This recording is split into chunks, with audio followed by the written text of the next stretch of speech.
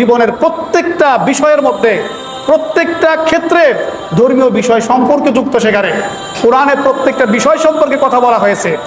এই জন্য কোরআনে কারিমের ভিতরে আল্লাহ তাআলা বলছেন, তোমরা এক নম্বরে আনুগত্য করবা আল্লাহ, দুই নম্বরে আনুগত্য করবা কার?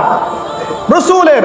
তিন নম্বরে তোমাদের জন্য আনুগত্য করা বাধ্যতামূলক, আমার পক্ষ থেকে তোমাদের জন্য ফরজ করে দেওয়া হয়েছে যারা আহলুল ইলম, যারা ইলমে দ্বীনের অধিকারী, যারা ইলমে দ্বীনের অধিকারী, যাদের ভিতরে ফিকহার জ্ঞান রয়েছে, যাদের ভিতরে দ্বীনের ফাহাম রয়েছে, যারা কোরআন এবং হাদিস অনুধাবন করে তোমাদেরকে যারা কোরআন এবং হাদিসের আলোকে দিক নির্দেশনা দিবেন, সেগুলোর আনুগত্য করা, আল্লাহকে আনুগত্য করা যেরকম তোমাদের জন্য ফরজ, রসুলকে আনুগত্য করা যেরকম তোমাদের জন্য ফরজ, অনুরূপভাবে ওই ব্যক্তি যদি কোরআন এবং সুন্নাহর আলোকে বলে থাকেন, তারটাও আনুগত্য করা একই রকম ফরজ।